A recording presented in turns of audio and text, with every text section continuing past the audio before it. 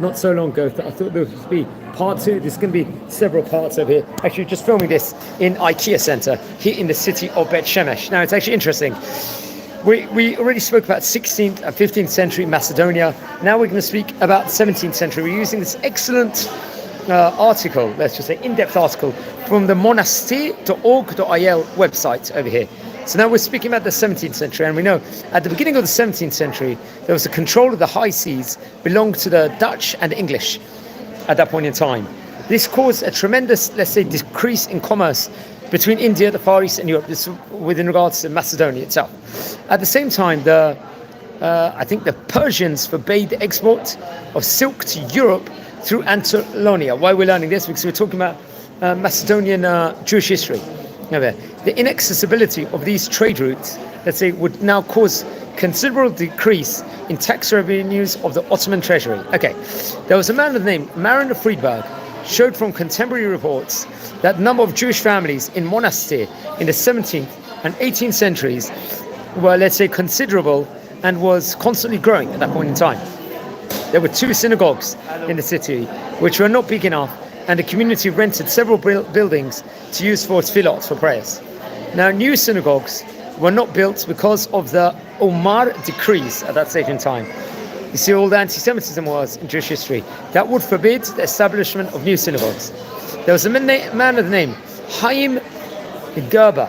He points out that the Jews and Christians in Ottoman Empire were forbidden to build new synagogues and houses taller than the Muslim mosques at that stage in time.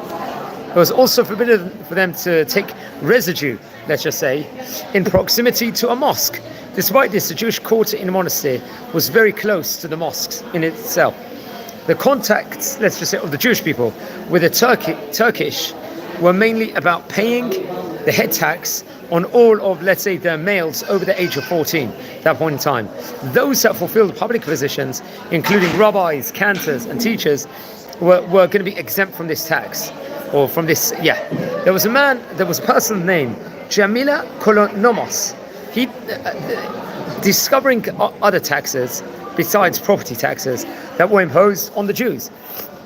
These included a certain amount of grains, skins, cloth, meat, and animals, mainly, let's say, horses, in order to support the Turkish army, to finance the Turkish wars, and to provide for security of the citizens. It was also used for the upkeep of Muslim rulers, let's just say, mansions and mosques. Now, I think come up the year 1620, will be a notable time where the Sultan decreed that the Jews could not carry a weapon or ride horses or wear turbans and fur hats. In 1622, the Sultan also authorized a number of more prohibitions at that point in time. Now, the Ottoman certificates, this was in the year 1621 to 1692. Very interesting. What was going on? As we said before, there was a Miloš Konstantinov studies of the Jews of Monastir. I think it was helped by the records of the Ottoman Muslim courts from the years specifically 1621 to 1692. He claims that the records from Monastir are among the oldest records of the Ottoman Empire. These records, he says, included 27 protocols. This person named Konstantinov concentrated on the record of Jews and found 309 documents from the period between 1621 to 1692. Now, about taxes, a bit more about taxes. Many of the documents that they're going to have that deals with taxes were imposed mostly on Jews. The tax that they paid to the authorities was something called the Gizya, a head tax. And the Turkish tax collector was called Zizi, a collector of head tax. We're learning a bit of names in of itself. Now, it will chronicle this article with regards to 1634, how much they paid. I think it was under currency Asperi, at 1636 under Akshi, and different things. Now, royal decrees. Periodically, the Sultan would publish royal decrees in order, let's say, to settle disputes and solve problems, let's say, that was to arise at that stage in time in different parts of the country. In 1655, I think it was the Sultan, Muhammad IV or the Fifth, decreed a head tax on monastery Jews. You can see anti-Semitism all throughout, where they were taxed. They forbade the Jews to wear clothes similar to those that were worn by Muslims. Jews owned slaves, it said over, but it's not known whether they were Muslims or Christians. Now, what was the attitude of the Turkish people towards the Jewish people over there? I think in 1634, a Turk, his name was Mustafa Brok. He would break into the synagogue and steal 80,000 aspri. And unfortunately, we see the ugly head of anti-Semitism came out. He actually murdered a Jewish person named David. Mustafa was then punished by death. Now, in the same year, I think a group of farmers robbed Jewish dealers of 10 purses of money with about 10 million akshe. Now, in 1637, several people, not clear if they were Turks or Christians, were accused of Jewish murder. Also, a fine of 1,000 akshe was imposed on the murderers. In the same year, a Jewish boy was murdered in proximity to the village of Lasti. In the year, a Jew was appointed administrator of the caravans, or caravan bashir. Also in 1640, Jews were forbidden to deal in wool until they sold the required amount of wool in the Ottoman authorities. Now, the registrars would show that robbers stole 18,000 akshe from the Jews. In 1656, Jewish people from Cortizo were falsely accused of killing a Muslim. Now, among the Jews, Jewish leadership in the city of Monastir was controlled by the Jews of Aragonese descent. In 1626, a large wave of Jews would arrive at that window of time, I believe from Portugal. That'll be the next place where they'll arrive from. With arrival, the two communities argued about, let's say, an establishment of a new cemetery, an argument that would actually continue till the year 1634. It's chronicled in this article. Besides the state taxes, the Aragonese leveled an additional tax in the Jews from Portugal, consisting of 48 drachms for, let's say, wealthier families, and 12 drachms for those of medium economic status. Now, dealings. Now, for, let's say, the documentation, it seems that Jewish people were accustomed to acquiring real estate, fields, farming, houses in which to live. Come on, 1656 over there. It's chronicled over in this article. There is a record of a large courtyard where Jews lived. And come what the year 1661, there's a record of Jewish quarter, I think called the Machal, if I'm not mistaken, or the Ma'aleh. Now, the synagogue over there, I think in 1657, there's a mention of a synagogue which was actually quite near the mosque, I think of Hamzi Beg. Conversion between the years 1621 and 1692. It's only one report of a conversion to Islam. So that's actually quite good, because a lot of them were forced conversions in some places. Whether this was willing or forced, we don't know. Livelihood. I think in 1622, a fire broke out in Saloniki. The Jews established a weaving factory in that stage in time. Let's say the Jews from Portugal came in 1622. 1626, most of them were weavers and tailors. In 1635, a Jewish person received permission to carry out business deals outside of Saloniki. From documentation, I think it's recorded in 1637 that Jews will go on to deal in grains. In 1630, the Jewish people were mentioned as owning vineyards, apparently owning fields over there. And in 1640, they dealt in wool, most of it which was sold to the Sultan, with the rest sold on the free market. Jewish people also reported over would deal in wax candles. Many Jews were also money lenders and collected interest. Now we're going to go into 18th century territory over here. As it's a very, we are speaking on a very informed article, let's just say, within regards to the history of the Macedonian community. I'll just be 1 minute. I'm just taking a half-a-minute break, and I'll just be back in half a minute.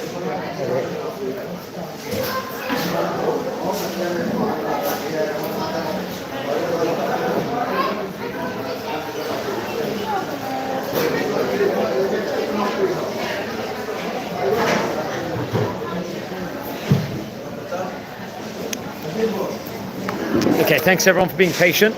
Just a quick break that was. Let's continue now. We're talking about 18th century Monastir, Macedonia.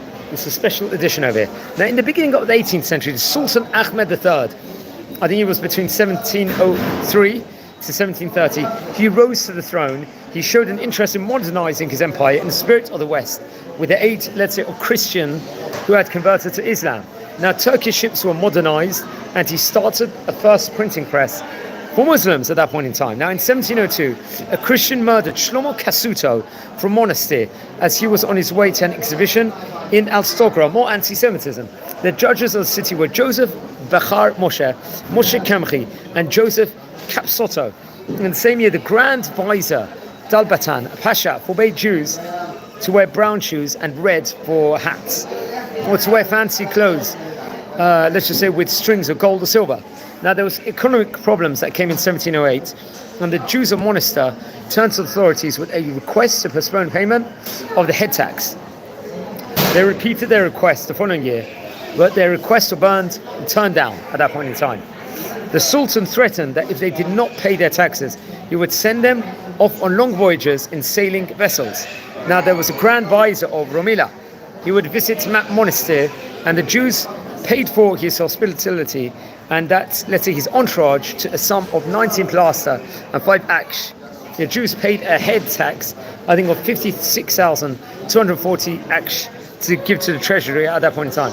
Now in 1715, every family in Monastir paid 3,072 aksh for the upkeep of the army. The Turks called the Jews derogatory names. Unfortunately, we see more anti-Semitism, such as Chifut, and called the Jewish nation Chifut, I think millet, that would be.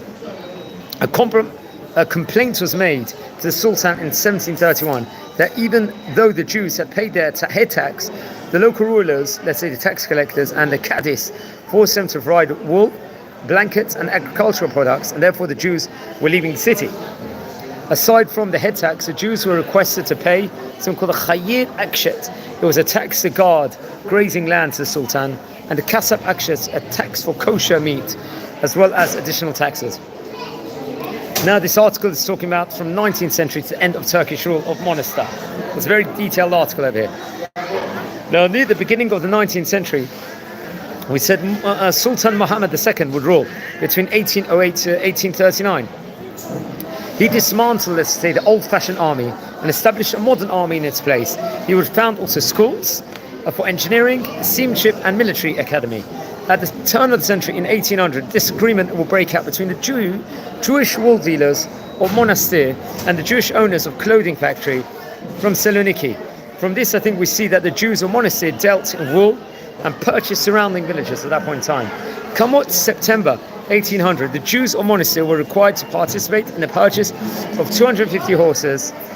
Let's just say that the Monastir region were obliged to provide for the war against the French in Egypt. In 1816, in order to suppress the Albanian rebellion in Shatkara in northern Albania, I think Sultan Muhammad II transferred the Beys, let's say the provisional governor, seat of government, from Sofia to Monastir. 1834, a fire broke out in Monastir that destroyed, unfortunately, many Jewish homes and stores, and let's just say, including synagogues and schools. Now, the leaders of the community enlisted messengers who traveled throughout the big communities of the realm and even to Christian countries in order to ask for donations, let's say for rebuilding the synagogues. Their payment was, I think, 10 to 30% of the donations. Besides their wages, they could keep any clothes they received as donations.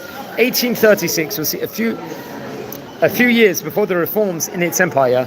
I think Emmy Bull visited the city. He was very impressed, let's say, by the proximity of the houses that seemed to be attached to each other, modern buildings, methods of buildings, how it was in that stage in time, and many stores. In his book, I think the Dimsky Kolb, he brings a document dated from July the 6th, 1836, in connection with a fire in the city. A document the Jewish community became very poor, and the people could not pay the heat tax in 1835. They asked the authorities of pity, whereas a local administration is aware of the, let's say, the monetary tax of the Jews of the city. It's also important to note that due to its narrow streets, Monastir was one of the, let's say, the 50th cities in the Sultan. Now, there was days of reform, was in the period, as we said before, 1876 to 1939. We'll continue in 1 minute, friends. Just a short break at the moment.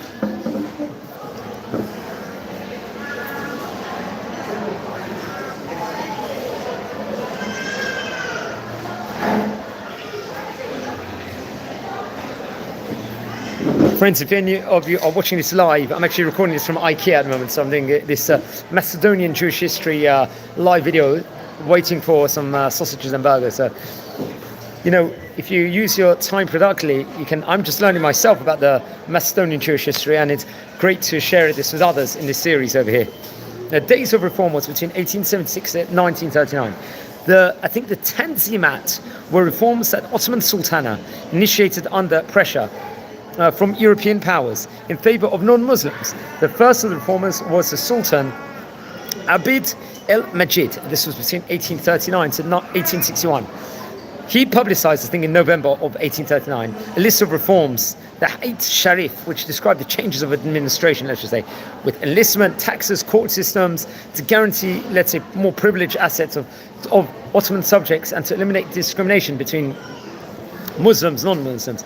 1845, there was disagreement between two Jews in a monastery over purchase, I think, of specific grounds and building of a house. And it's interesting, I think we see from this, the author's writing, that the Jews in monastery were allowed to buy land and build houses at that stage in time. 1848 would see an English painter, Edward Lear, visit the city and was fascinated by public buildings, barracks, administrative buildings, the width of the streets, let's say guardhouses, mansions, and metalworks. 1856, Sultan Abid el-Majid would publicize another decree, I think, for improving the status of non-Muslim subjects. Obviously, that should be better for the Jewish community over there. The Gizya tax was cancelled in 1856, the Gizya tax. And the tax was collected by leaders, let's just say. The monastery established secular legal courts that took away, let's just say, other courts at that point in time. Okay, there was consular reports from the middle of the 19th century. There was noted, let's say, merchants in monastery, Jewish merchants. Someone named Yechiel Nachman Levi, Solomon Nachman Levi, Yaakov Rachamim Nachmias, Joseph Moshe Irgas, and Joseph Chaim Perez. I'm not too sure if they were rabbis or not. These family names are very familiar from the series we're doing over here. I think some of them owned I think there was a warehouse, let's say, a rich merchant whose name is unknown, who owned a stone building that served as a warehouse for merchandise from Europe, and whose value was estimated at £5,000 sterling. The Jewish merchants over there included 10 millers, 18 dealers in grain, barley and rye, 6 moneylenders. Jews also worked as pharmacists, tobacco merchants at that stage in time, cloth manufacturers, metal workers, and goldsmiths. Let's say the more affluent Jews were burdened with the responsibility of paying the taxes. Obviously, that's how usually it worked in those different places. Now, just to add on more information at that point in time, just give me a second. Just hold on a minute. Just feeding the baby at the moment. I think, sorry. Now, during those days, the city flourished, especially in that time period. The city developed factories, commercial contacts with neighboring countries, and based on traditional agriculture. The commerce in monastery expanded beyond Macedonia to southern Albania. 1860 will see trade between the Rodov brothers, let's just say, and the sons had subsidiaries in Sarajevo, Constantinople, Belgrade, Trieste, Hamburg, and had dealings with Hamburg, Berlin, Munich, Budapest, London, Marseille, and Lyon. They dealt, let's say, in animal skins, also in textiles and fish. 1860 also saw an improvement in the status of the city or monastery when it was connected to Turkish telegraph lines at that stage in time. In the same year, a Jew from monastery was accepted to the Council of Local Commerce that had 8 members. I think some of them had to be, one of them was Jewish. In 1864, there was a decline in the condition of monastery when the capital of Veliat was moved to Saloniki. Monastery, let's say, lost its direct outlet to the Albanian coast. Now, the years 1870, we'll just go back, were a period of recession in the monastery caused by a general economic crisis in the east. Over there at that stage in time. Let's explore more. Yeah, I think on 1863, I think August 20th, the Jews wrote to Sir Moses Montefiore of London to ask, let's say, for aid for the council. There was, which is interesting, there was a board of deputies which will improve aid, a sum of £100 from the redemption of captives, £2,000 sterling for personal accounts, and shelter. They provide shelter for the Jews of monastery. And was also used to rebuild a house of Rabbi Yaakov Yisrael. It would be great to hear more information within regards to Rabbi Yaakov Yisrael also, which is very interesting. So I'm just okay, just going to continue in a second. Just getting the bearings of the article.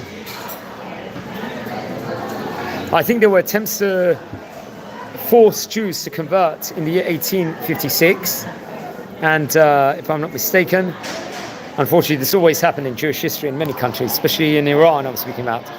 They tried to do this, and there was a lot of problems just all over.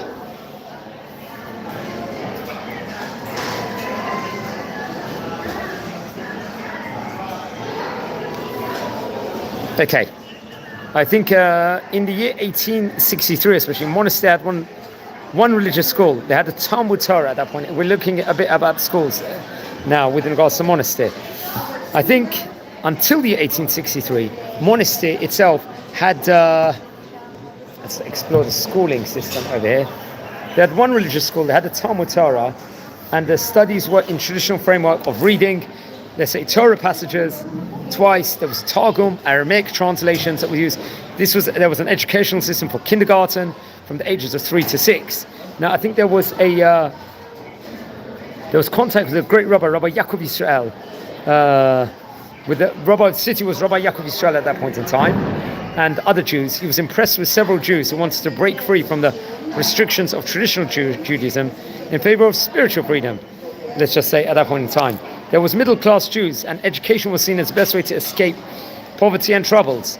They realized that living on charity was not a permanent situation. I think come what the year happened to be, the Alliance Schools Committee at the end of 1864 decided to establish a school over there for advancement of Monastir's children. The committee included 17 of wealthy leaders in the community, 2 teachers, 5 merchants, and 9 bankers. I don't think it's known whether President Yitzhak Gabriel, what he actually did for a living. Now remember, the Alliance school system, I don't know, wasn't like a Talmud Torah, wasn't as strong at all religiously, from my knowledge on it. 1865, we'll see the Jews of Monastir turn to the Board of Deputies in London to help rebuild, let's say, the 2 religious study halls and a religious school that were destroyed in the fire in 1863 we spoke about before.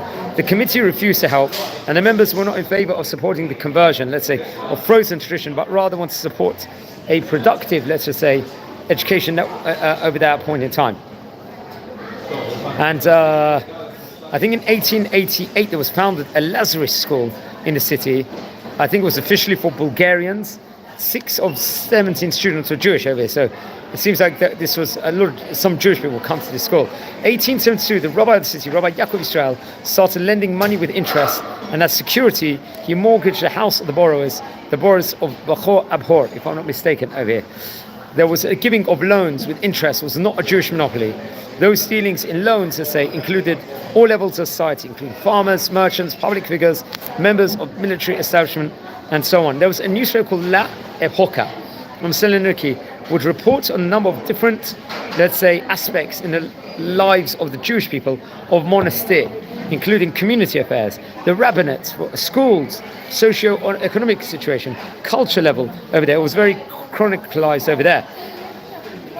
And I think between 1878 until 1908, it was a period of nationalistic feelings. And there was a drive towards progress, education, and development among Jews of the realm. Monastir was mentioned, I think, for the first time in the newspaper of La Epoca, I think on January the 30th in the year 1878. And the article was about donation from the Jews of the city to help Jews who had emigrated without mentioning from where and when.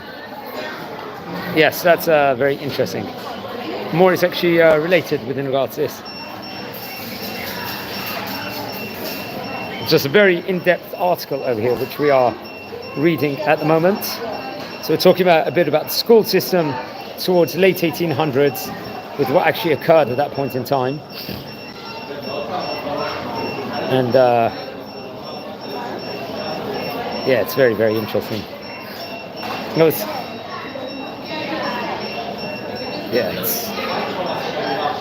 just getting the order of the article over here.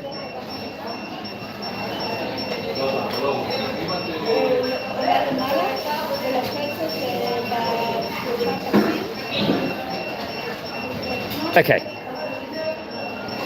Now, as we progress at the moment. I think in 1880 there was someone, the Meshulam Moshe Peso. He was from Monastir, tried to marry a young maiden from the area using messages and coin that had been adored at the head of his widow. The judges of the city were Moshe Negrin, Yaakov Becha Mordechai, and Yitzhak Gabriel Cohen. From the year 1881 on, Monastir served as center of the capital of the region of Monastir that included Albania, Greece, Yugoslavia. And there was the Alliance organization, and that, remember, was a school system. I think the feelings of the Alliance organization towards traditional religious schools were very negative. I was speaking about this before. Alliance school system was not necessarily a very religious one. It's obvious that the traditional religious schools is an educational institution where the children learn only to read Hebrew, to translate a little to the language of the area, and to pray. The poor children, let's say, over here, this is what the article is saying, were crowned by their hundreds into more cramped rooms in of itself. Teachers that are called rabbis ran the schools. Many of them did not receive, let's say, maybe as much training for the jobs that they were doing. The students in those institutions received not as much knowledge, it's reported over in these things. But they were, the religion aspect of the school, those schools were very, very good. I think in the 1880s, the Jews of the city founded schools according to Alliance model over there. 1883 and 1884, they opened 2 elementary schools, each one with 4 teachers and 150 students. They founded the secondary school with 3 classes and 106 students. I'm just taking a break, half a minute, hold on. Okay, yeah, sorry, just to finish that. So the Alliance school system will So the Alliance school system will actually open at that point in time. I think come on 1886, there were 9 synagogues in Monastir. The 3 big ones being for the Portugal community. There was a synagogue, a Portuguese synagogue, the Arakan community synagogue, and a traveller actually described the synagogue as a structure, let's just say, with these columns which supported the building on the side. There was 12 majestic drones on its roof, giving the building the appearance of a Muslim mosque, apparently, over there, which is very interesting, which we talked about before. Now, I think in the community, there would be like a disagreement headed by Ovadia Yosef Pereira, who, let's say, opposed the composition of the community committee, let's just say. Sorry. Just getting the... Okay, no, sorry. Just talking about it before. 1880, we'll see the religious school. Okay, so we're talking about the religious schools in Monastir that came about at that point in time. So, but the Alliance school system we're just speaking about at the moment, that maybe it was a much more secular school system and wasn't as much towards Judaism, let's just say, with regards to Hebrew and Torah. They would introduce other languages. But I think on that note, we'll leave it here and speak about it in a part 3, more about the Alliance school system, and let's see the divisions that will come about between the school systems at that stage in time. So watch this space. Please subscribe to the channel. I wish you all a fantastic day and wait this for part number 3 coming.